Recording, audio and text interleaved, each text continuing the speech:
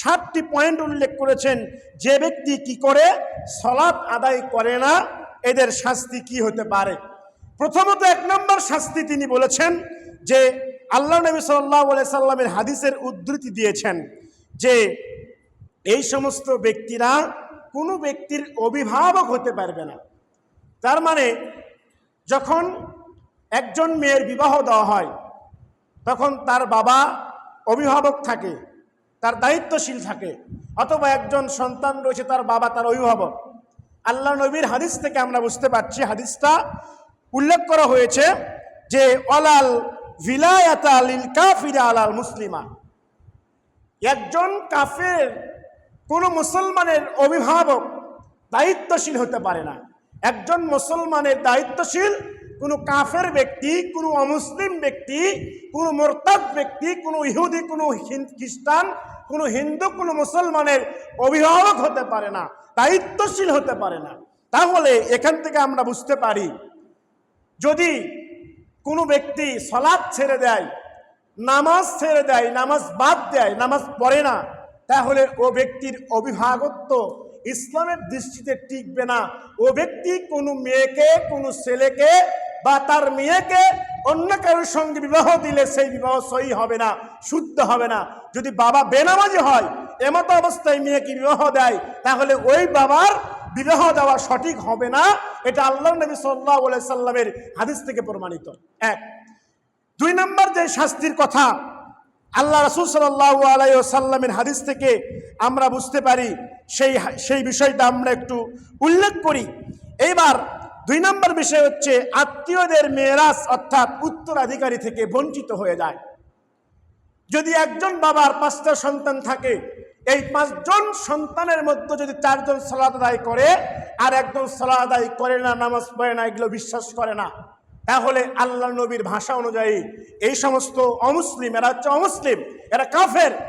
ওই 4 জন সন্তান বাবার ওয়ারিস, বাবার যে সম্পদ, ধন সম্পদ রয়েছে, এই ধন সম্পদের অংশ হবে, অংশীদার হবে।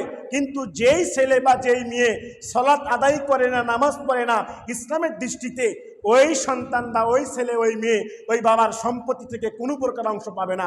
এটা বেনামাজি যদি কোন সালাত আদায় না করে সেই ব্যক্তির দ্বিতীয় শাস্তি।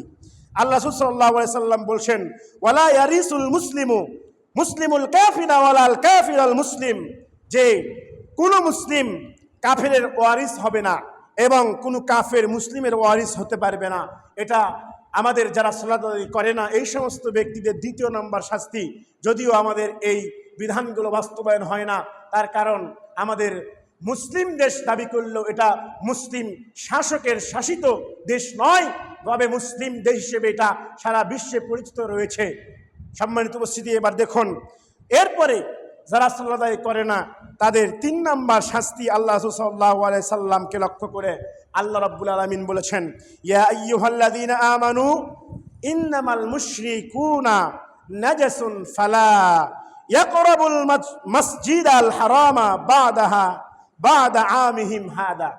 আল্লাহ নবী সাল্লাল্লাহু আলাইহি সাল্লাম সূরা তাওবা 28 নম্বর আয়াতে বলছেন ইয়া আইয়ুহাল্লাযীনা আমানু, হে ইমানদারগণেরা, আল্লাহ তাআলা বলছেন যে ইন্নামাল মুশরিকুন, নিশ্চয় মুশরিকরা, অর্থাৎ মুশরিকরা সালাত আদায় করে না, অর্থাৎ যে ব্যক্তি সালাত পড়ে না সে ব্যক্তির সঙ্গে আল্লাহ রাব্বুল আলামিন তুলনা করেছেন যে মুশরিকরা হচ্ছে নাজাসুন, অপবিত্র, ফালা ইয়াকরাবুল মসজিদাল হারাম।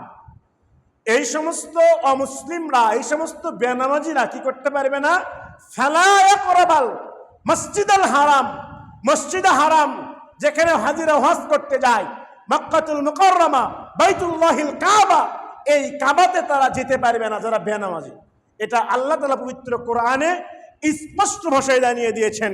বলছেন যে বাদা আমিহিম হাদা, আল্লাহ নবী যখন বিদায় হজ্জের শেষে হজ করেছেন, সেই হজে আল্লাহ রাসূল আল্লাহ রাব্বুল আলামিন আয়াত অবতীর্ণ করেছেন যে এর পরবর্তী বছর থেকে যেন কোনো মুশরিক, কোনো বেঈমান, কোনো বেনামাজি, কোনো কাফের, কোনো ইহুদি, কোনো খ্রিস্টান, কোনো অমুসলিম, ইসলামের শত্রু এই মক্কার ঘরে, এই কাবা বাইতুল্লাহতে আসতে পারবে না। এটা আল্লাহ রাব্বুল আলামিন নিষেধ করে দিয়েছেন।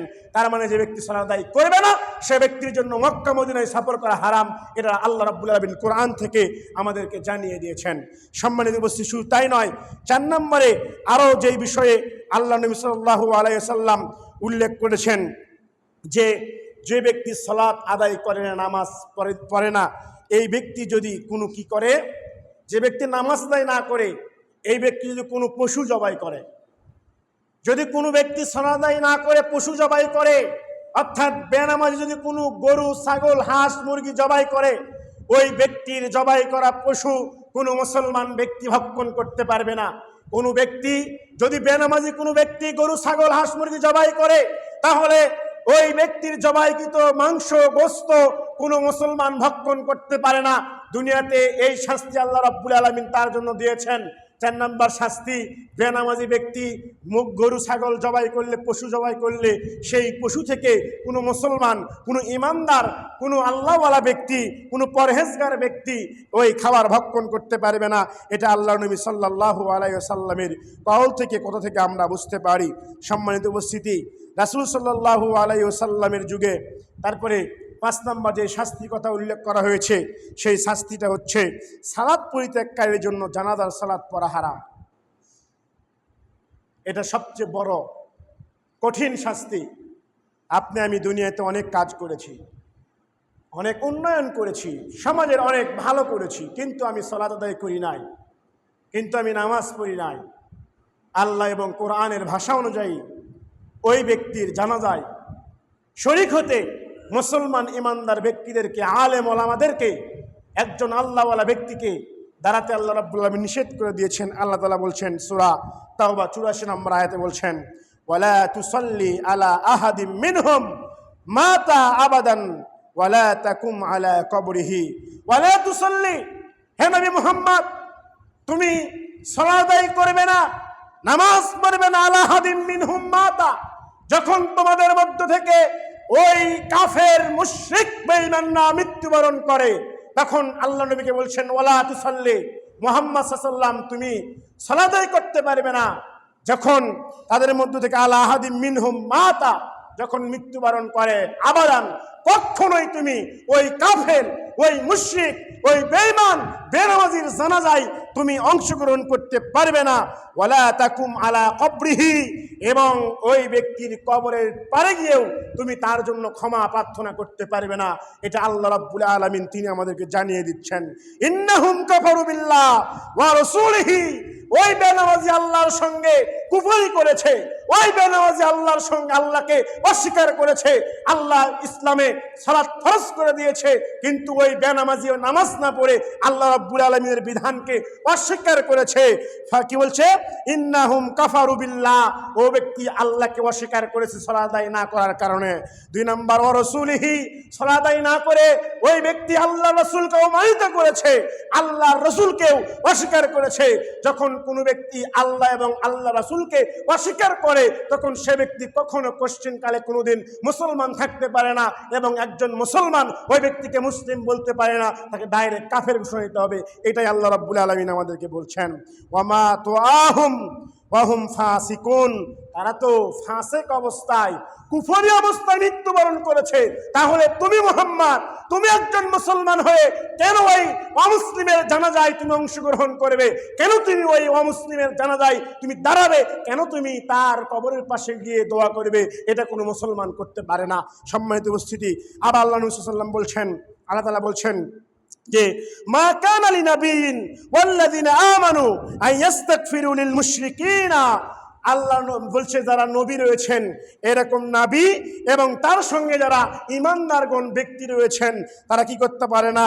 ঈমান এনেছেন, ইস্তাগফিরু লিল মুশরিকিন, যে তারা যেন তাদের জন্য কোনো ইস্তিগফার পাঠ করে না। ওয়ালাউ কানু আওলা কুরআম উলাম সাল কুরবা, যদিও কোনো নিকটবর্তী আত্মীয় হয়, যদিও কোনো নিকট আত্মীয় হয়, তারপরে ওই ব্যক্তির জানাজায়, বেনামাজির জানাজায় ওই মানুষ অংশগ্রহণ করতে পারবে না, যদিও তার নিকট আত্মীয় হয়। যদিও ইব্রাহিম আলাইহিস সালাতু ওয়াস সালাম তিনি কি করেছিলেন? তার পিতার জন্য ক্ষমা চেয়েছিলেন, কিন্তু সেটা আল্লাহর ওয়াদা ছিল। যখন তিনি জানতে পারলেন, বুঝতে পারলেন যে তার পিতা ইসলামের ভিতরে নেই, সে মুশরিক, তখন তার পিতার জন্য তিনি আর দোয়া করেন নাই, তার কবরের পাশেও তিনি যান নাই।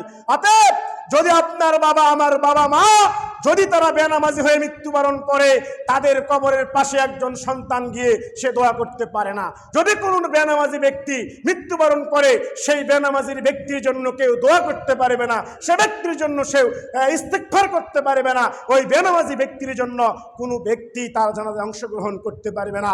অতএব যারা বেনামাজি, আমরা বুঝতে পারি এই সমস্ত বেনামাজিদেরকে এদের যখন জানাজা হবে তখন আপনাদেরকে ঐক্যবদ্ধভাবে প্রতিরোধ করতে হবে, যেন ওই বেনামাজি যেন সে জানাজা ছাড়া কুকুর শিকারের মতন তাকে দাফন করা হয়। এটা ইসলাম আপনাকে আমাকে জানিয়ে দিচ্ছে।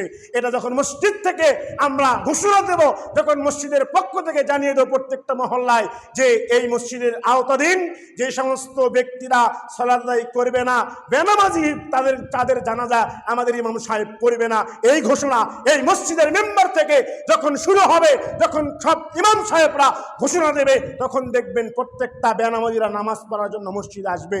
কারণ সে যদি অমুসলিম হয়ে মৃত্যুবরণ করে তার ঠিকানা জাহান্নাম। সম্মানিত উপস্থিতি, এরপরে আর একটা বিষয়, সেটা হচ্ছে সময় সংক্ষিপ্ত, শেষ করছি। তখন আর কয়েকটা পয়েন্ট রয়েছে, শেষ করে দিচ্ছি যে আমাদের এই বেনামাজির জন্য যে শাস্তি বিধানগুলো আরও রয়েছে, 5টি দুনিয়াবি শাস্তির কথা বললাম বেনামাজিদের জন্য। আর আখিরাতে গিয়ে তাদের জন্য আরও শাস্তি রয়েছে। আখিরাতে গিয়ে তার জন্য বেনামাজির জন্য 3টি শাস্তি রয়েছে। 1 নম্বর শাস্তি হচ্ছে যখন কি করা হবে, যখন এই কিয়ামতের ময়দানে যখন হাজির করা হবে, তখন এই আযাবের ফেরেশতারা তাদেরকে হাঁকিয়ে, তাদেরকে একত্রিত করে, তাদেরকে কষ্টের মাধ্যম দিয়ে একত্রিত করবে। 2 নম্বর, যখন এই বেনামাজিদেরকে তাদের হিসাব এবং তাদের যেই হিসাব রয়েছে, সালাত আদায় করেছে বা করে নাই, ইসলাম মেনেছে বা মানে নাই, এইরকম বিষয়গুলো যখন আল্লাহ রাব্বুল আলামিন হিসাব নেবেন, যখন আল্লাহ রাব্বুল আলামিন তাদের কাছ থেকে বুঝিয়ে নেবেন যে দুনিয়াতে আমি কি করেছি, এরপরে বেনামাজের ঠিকানা হবে জাহান্নাম খালিদিনা ফিহা, তারা সেখানে চিরজীবনের জন্য স্থায়ী হবে। বেনামাজি যারা কাফের নয়, মাঝে মধ্যে সালাত পড়েছে, আবারও আল্লাহর কাছে তওবা করেছে, কিন্তু যারা সালাত পড়েই না, একদম যারা পড়তে আসে না অথবা অনীহা করে, এই সমস্ত ব্যক্তিদেরকে তারা কখনোই জান্নাত থেকে, হাদিস থেকে আমরা বুঝতে পারি, যার যেই অপরাধ রয়েছে, পাপ রয়েছে, এই পাপগুলো অনুযায়ী শাস্তি হওয়ার পরে ওই ব্যক্তিকে আবারও জাহান্নাম থেকে জান্নাতে নিয়ে আসা হবে। কিন্তু যে ব্যক্তি কাফের হয়ে মৃত্যুবরণ করেছে, যার ইমানই নেই, তাহলে সে তো মুসলমান নয়, সে যতই কাজ করুক সেগুলো কবুল হবে না। আর বেনামাজি অবস্থায় মৃত্যুবরণ করলে ওই ব্যক্তিকে আল্লাহ রাব্বুল আলামিন কিয়ামতের হিসাবের পরে চিরস্থায়ী হবে জাহান্নামে নিক্ষেপ করবে। এটাই আমরা বুঝতে পারি। সম্মানিত উপস্থিতি, সময় সংক্ষিপ্ত, শেষ। আমি আরেকবার স্মরণ করিয়ে দেই যে যদি কোনো ব্যক্তি সালাত আদায় না করে, তাহলে ওই ব্যক্তির জন্য অভিভাবকত্ব